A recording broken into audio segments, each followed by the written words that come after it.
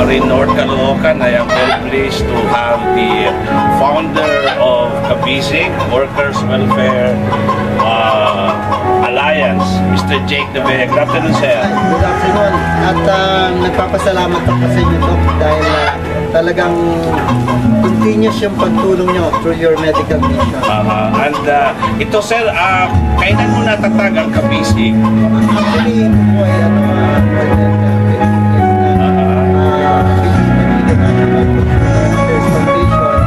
at ang aming advocacy ay para sa welfare ng aming pamilya, sa workers, at even the senior citizens.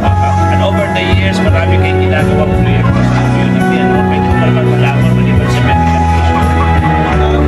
Nagkaan po kami, nagpapadala ko kami ng mga volunteers at tumutulong ako sa mga workers na mabigyan ng employment hindi lang locally but napakagandang proyekto at sana suportahan ang ating mamamayang Pilipino na yung ginagawang proyekto ng Kabisig Workers Welfare.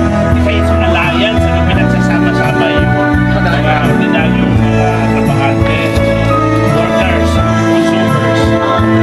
Okay, so mas marami yan. I-start ng medical mission ngayong umaga, no?